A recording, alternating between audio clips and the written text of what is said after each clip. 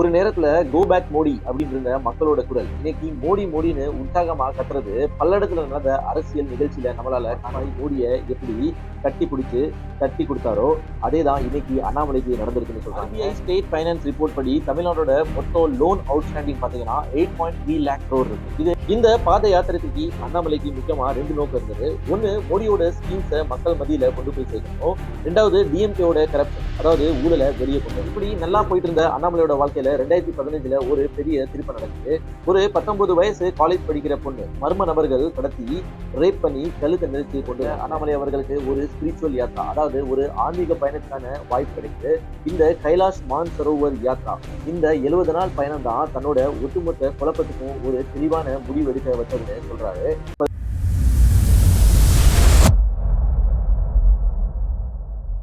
2024 Lok Sabha election தேர்தல் களம் இப்போ சூடு பிடிச்சிருக்கு. பிஜேபி மறுபடியும் 3வது முறையா சென்ட்ரல்ல ஆட்சியை பிடிக்கும் சொல்லிட்டு ரிப்போர்ட்ஸ் அண்ட் ஸ்டாட்டிஸ்டிக்ஸால நம்பப்படுது. பிஜேபி இந்த தடவை அப்கி பார் சௌர்சோ பார்னு சொல்றாங்க. அதாவது 543 லோக்சபா கான்ஸ்டிடியூன்சில 400க்கு மேல கான்ஸ்டிடியூன்சிஸ் பிஜேபி ஜெயிக்கணும்னு டார்கெட் பண்றாங்க. இப்போ 400 சீட்ஸ் ஜெயிக்கணும்னா பிஜேபி வீக்கா இருக்கிற கான்ஸ்டிடியூன்சிஸ், அதாவது சதர்ன் ஸ்டேட்ஸ் பாத்தீங்கன்னா கேரளா, தமிழ்நாடு, ஆந்திர பிரதேஷ், தெலங்கானா, இதுல அதிகமான ஓட் கிடைத்தா மட்டும்தான் இது சாத்தியமாகும். இதனால பிஜேபி தன்னோட முழு கவனத்தையும் முக்கியமா தமிழ்நாடு பக்கம் திருப்பி இருக்கிறத நம்மளால நல்லாவே பார்க்க முடியும். இதுக்காக பிரைம் மினிஸ்டர் நரேந்திர மோடி அவர்கள் அடிக்கடி தமிழ்நாடுக்கு வருகை தரதை நம்மளால பார்க்க முடியுது. வரது மட்டும் இல்லாம இந்த தடவை 20,000 கோடி ரூபாய்க்கு வளர்ச்சி திட்டங்கள், டெவலப்மெண்டல் ப்ராஜெக்ட் தமிழ்நாடுல அறிவிச்சிருக்காங்க.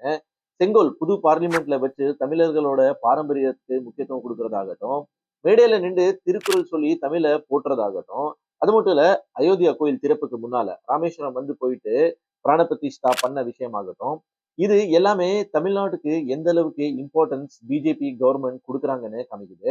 ஒரு நேரத்துல கோ பேக் மோடி அப்படின்னு இருந்த மக்களோட குரல் இன்னைக்கு மோடி மோடின்னு உற்சாகமா கத்துறது பல்லடத்துல நடந்த அரசியல் நிகழ்ச்சியில நம்மளால காண முடிஞ்சது.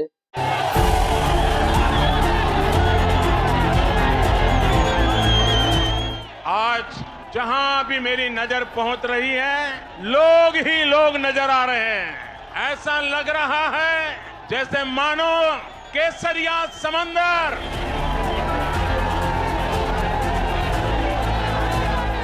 तमिलनाडु से मेरा रिश्ता राजनीति का नहीं है, ये रिश्ता दिल का है और दशकों पुराना है। मुझे तमिलनाडु की मिट्टी ने हमेशा असीम प्रेम दिया। मोदी जब काम करता है तो सबके लिए करता है, और इसमें भी सबसे गरीब सबसे ऊपर रहते हैं। इसलिए आज भारत के हर गरीब के पास मोदी इन गारंटी, पूरा देश जानता है कि ये मोदी इन गारंटी। இந்த மாற்றத்துக்கு காரணம் one man, K Annamalai.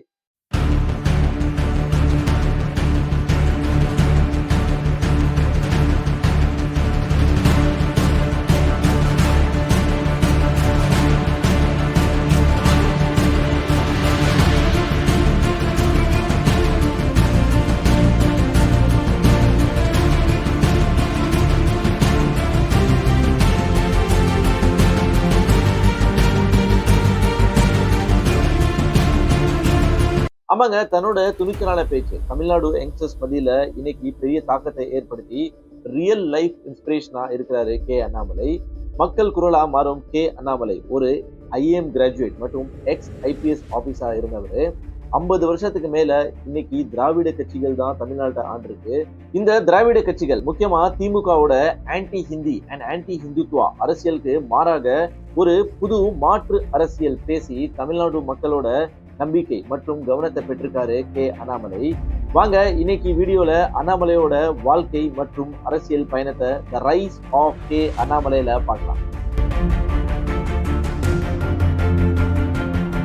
4th June 1984 Tamil Nadu கரூர்ல ஒரு சாதாரண விவசாய குடும்பத்தை தான் அண்ணாமலை பிறக்கிறாரு.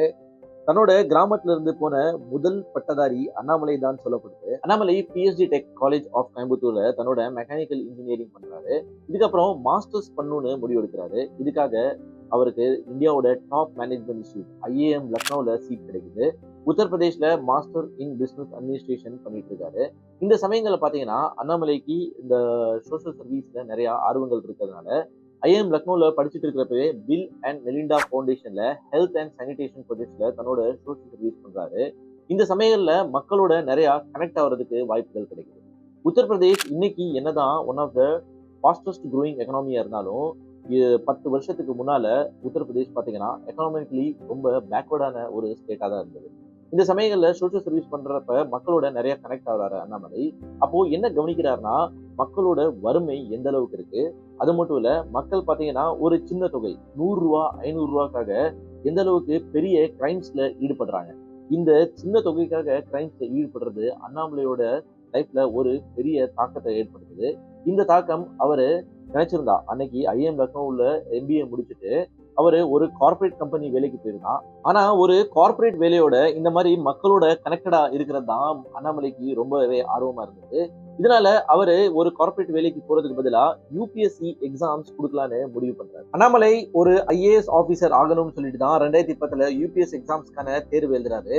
தன்னோட ஃபர்ஸ்ட் அட்டம்ப்ட்லயே பாத்தீங்கன்னா UPSC எக்ஸாம்ஸை கிராக் பண்றாரு. ஆனா மார்க்ஸ் கம்மியானதுனால பிளான் பண்ணபடி IAS கிடைக்கல. கர்நாடகா கேடர்ல IPSக்கான வேலை கிடைக்குது. 2011 நேஷனல் போலீஸ் அகாடமி ஹைதராபாத்ல தன்னோட ட்ரைனிங்கை முடிச்சுட்டு உடுப்பி மற்றும் சிக்மங்களூர் மாதிரி டிஸ்ட்ரிக்ட்ஸ்க்கு சூப்பரிண்டென்டென்ட் ஆஃப் போலீஸ் SPயா அறிவிக்கப்படுறாரு. இங்கதான் தன்னோட துணிச்சலான பேச்சு, அது மட்டும் தைரியத்தால இல்லீகல் மைனிங்ஸ், அதாவது இந்த சட்டவிரோதமா நடக்கிற சுரங்க வேலைகள், அது மட்டும் இல்ல இந்த ட்ரக்ஸ் மாஃபியாஸ், இந்த பெரிய ட்ரக் மாஃபியாஸை அரெஸ்ட் பண்றது, அண்ணாமலை அவர்கள் பணி செஞ்ச இடத்துல கிரைம்ஸ் கம்மியாகிறத பார்க்க முடியுது. இதனால மக்கள் மீது அவரோட அன்பு பெருகுது.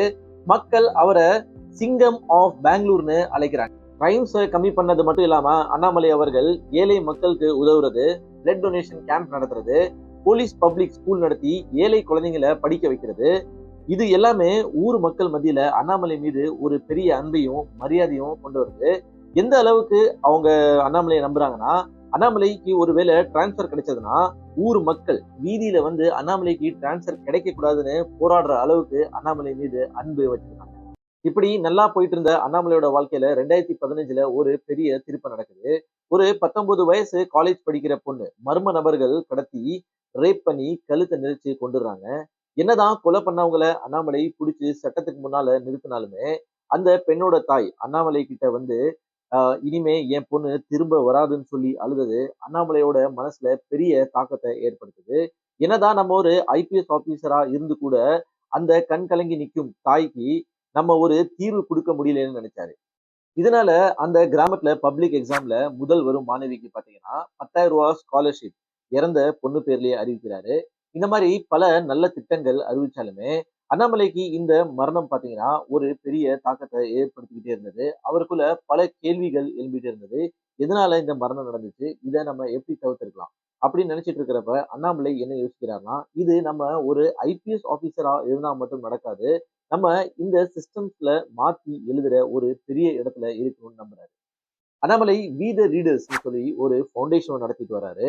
இந்த ஃபவுண்டேஷன் பாத்தீங்கன்னா இன்னுமே ஆக்டிவா தான் இருக்கு. இதுல education, skill development, agriculture, rural டெவலப்மெண்ட்கான சம்பந்தப்பட்ட எல்லா வேலைகளும் இங்க சொல்லிக் கொடுக்கப்படுது. அண்ணாமலைக்கு எப்பவுமே மனசுல மக்கள் பணிக்காக நம்ம ஏதாவது செய்யணும்னு ஓடிக்கிட்டே இருக்கும்.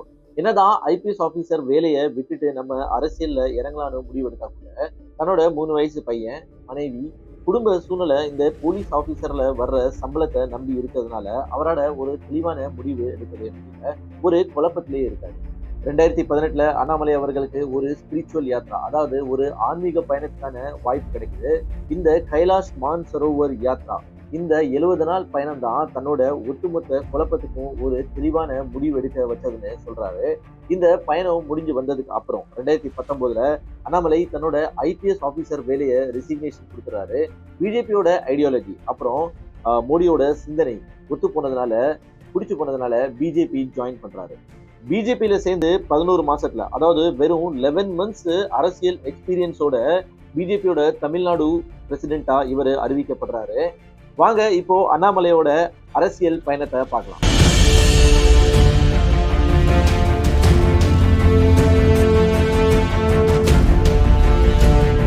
பிஜேபியோட அரசியல் பயணம் தமிழ்நாட்டில் பார்த்தீங்கன்னா ஒரு 96-97 சமயங்கள்ல தான் ஆரம்பிச்சு. 2024 லோக்சபா எலெக்ஷன்ல தமிழ்நாடு அரசியல்ல ஒரு பெரிய மாற்றத்தை பார்க்க முடியுது. 1967க்கு அப்புறம், அதாவது 50 வருஷத்துக்கு மேல திராவிட கட்சிகள் தான் இந்த தமிழகத்துல ஆட்சியில இருந்திருக்காங்க.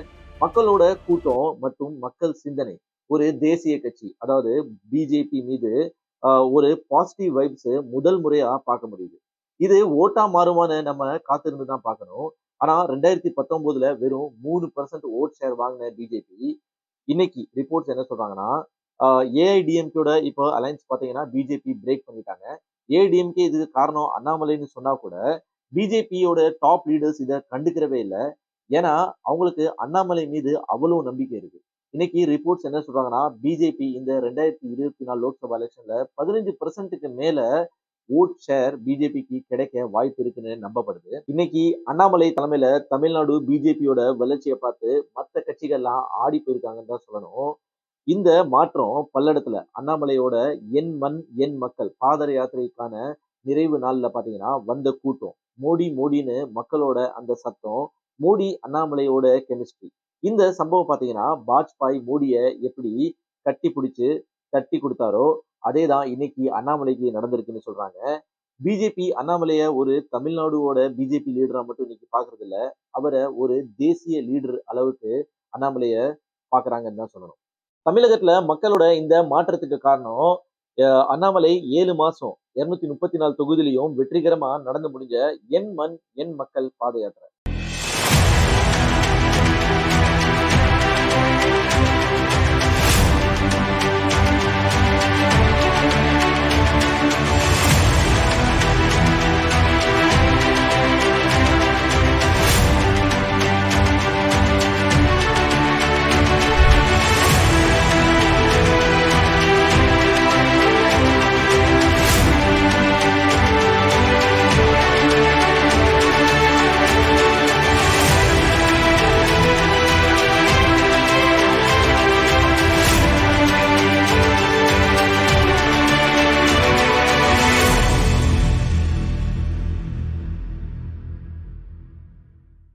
இந்த பாத யாத்திரைக்கு அண்ணாமலைக்கு முக்கியமா 2 நோக்கம் இருந்தது. ஒண்ணு, மோடியோட ஸ்கீம்ஸை மக்கள் மத்தியில கொண்டு போய் சேர்க்கணும்.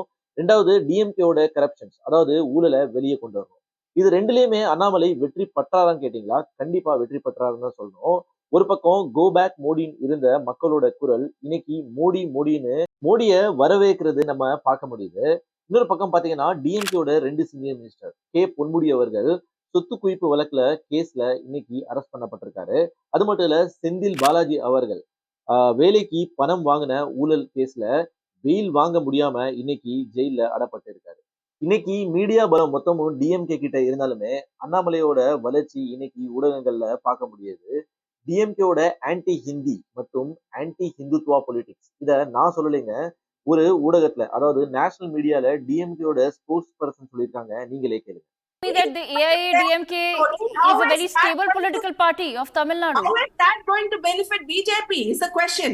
Or how is, if AIADMK is imploding, then why is that going to benefit the BJP? It is going to come to those people, and those votes are going to come to our alliance, because our alliance is seen as a non-Hindi Hindutva alliance standing for the rights of our states, our southern state. So திமுகவோட anti Hindi மற்றும் anti Hindutva பொலிட்டிக்ஸை தாண்டி மக்கள் வளர்ச்சிக்கான அரசியலை இங்க தேட ஆரம்பிச்சிருக்காங்க. RBI state finance report படி தமிழ்நாடோட மொத்த லோன் அவுட்ஸ்டாண்டிங் பாத்தீங்கன்னா 8.3 lakh crore இருக்கு. இது 2021-22ல பாத்தீங்கன்னா ஒட்டுமொத்த லோன் அவுட்ஸ்டாண்டிங் பாத்தீங்கன்னா 6.5 lakh crores தான் இருந்தது. இன்னைக்கு அது 8.34 lakhs அதிகரிச்சிருக்கு. டெப்ட் டு ஜிஎஸ்டிபி ரேஷியோ, அதாவது நம்மளோட மொத்த கடன் மற்றும் நம்மளோட ஜிடிபி, அதாவது தமிழகத்தோட உற்பத்தி மற்றும் சேவை, அதாவது ஒட்டுமொத்த வருவாயும் நம்ம கூட்டி பார்த்தா 28% மேல போகுது. இந்தியாவோட physical management and budget management act 2005 படி இதோட சீலிங் லிமிட் பாத்தீங்கன்னா 25% கீழே இருந்தா மட்டும்தான் ஒரு ஸ்டேட்டோட நல்ல குட் ஃபைனான்சியல் கண்டிஷன்ல இருக்குன்னு அர்த்தம். பதிவோட இறுதியில இன்னைக்கு தமிழகத்துக்கு ஒரு நல்ல லீடர், ஆன்மீகம், பொருளாதாரம் மற்றும் சமூக அக்கறையோட மட்டும் இல்லாம ஒரு அறிவான அரசியல்வாதிக்கான தேடல் இங்க இருக்குது. இன்னைக்கு தமிழ்நாடு மக்களுக்கு கண்டிப்பா அம்மா ஜெயலலிதா, கலைஞர் கருணாநிதி மாதிரி ஒரு ஆளுமை உள்ள அரசியல்வாதி இங்க தேவைப்படுறாங்க. அண்ணாமலை அவர்கள் அசாதாரணமா தமிழகத்துல இருக்கும் அரசியல் சூழ்நிலை சரியான பாதையை வகுத்து வழி நடத்தி செல்லும் சிறந்த தலைவனா இருப்பாரான்னு உங்களோட ஒப்பீனியனை கமெண்ட் செக்ஷன்ல சொல்லுங்க. யங்ஸ்டர்ஸ், இளைஞர்கள் இந்த வீடியோவை பார்த்துட்டு இருந்தீங்கன்னா நான் உங்களுக்கு ஒரு வீடியோ ரெக்கமெண்ட் பண்றேன். அண்ணாமலை அவர்கள் ரீசெண்டா ஐஐடி சென்னையில ஒரு இன்டர்வியூ கொடுத்திருப்பாரு. நீங்க நார்மலா யூடியூப்ல சர்ச் பண்ணி பார்த்தாலே தெரியும். அந்த இன்டர்வியூவை ஃபுல்லா பாருங்க. அண்ணாமலையோட லைஃப் ஸ்டோரி எவ்வளவு பெரிய இன்ஸ்பிரேஷனா இருக்குன்னு உங்களுக்கு புரியும். When I read Steve Woz' autobiography, it's a beautiful book. Out of my comfort zone is autobiography. There is this foreword was written by Rahul Dravid, very beautiful foreword. So if you read it, you pick up a sense where they say how a form is. For a cricketer, the form. Every cricketer, even out of form, he thinks, oh, today's match I'm going to go score a century. Tomorrow morning I'll be form. You talk to any of your cricketing friends, they say, no sir, I'm not out of form. For you, it appears I'm out of form. So this match I'll score a century, I'm back in form. So he thinks it is always there, always there, always there. So in the book he writes, a form is like a sweat in your armpit. You never smell it, people around you will smell it. So integrity is like that. நான் மீண்டும் இதே மாதிரி ஒரு informative வீடியோல உங்களை சந்திக்கிறேன். உங்களுடன் விடைபெறுவது உங்கள் சேகர் தாட்ஸ். நன்றி, வணக்கம்.